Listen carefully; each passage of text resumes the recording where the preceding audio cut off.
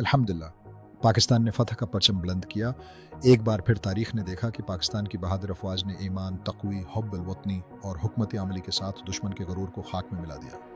भारत की जानिब से जारहत और फरेब का ख्वाब एक बार फिर बुनियानुम मरसूस के आहनी दीवार से टकराकर पाश पाश हो गया। बुनियानुम मरसूस पाकिस्तान की नाकाबिल शिकस्त जंगी हिकमत अमली।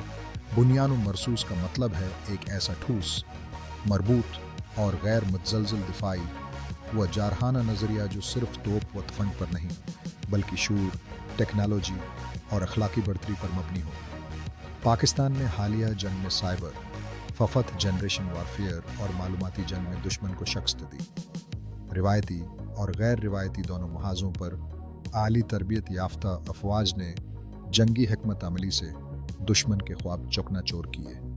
अवामी एतमाद, कौमी बयानिए और सफारती मुहाज पर यकजहती से दुनिया को वाज़ेह पैगाम दिया कि पाकिस्तान अमन का ख्वाह ज़रूर है मगर कमज़ोर हरगज़ नहीं।